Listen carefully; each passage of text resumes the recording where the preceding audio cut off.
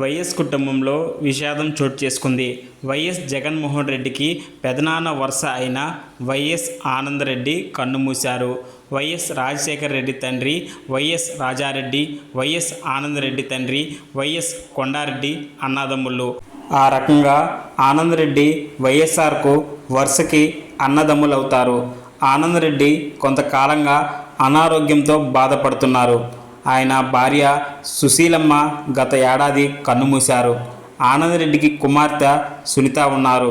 2024 చివరలో వైఎస్ జగన్ సోదరుడు అభిషేక్ రెడ్డి కన్నుమూశారు. అభిషేక్ రెడ్డి డాక్టర్ కాగా చిన్న వయసులోనే ప్రాణాలు కోల్పోయారు.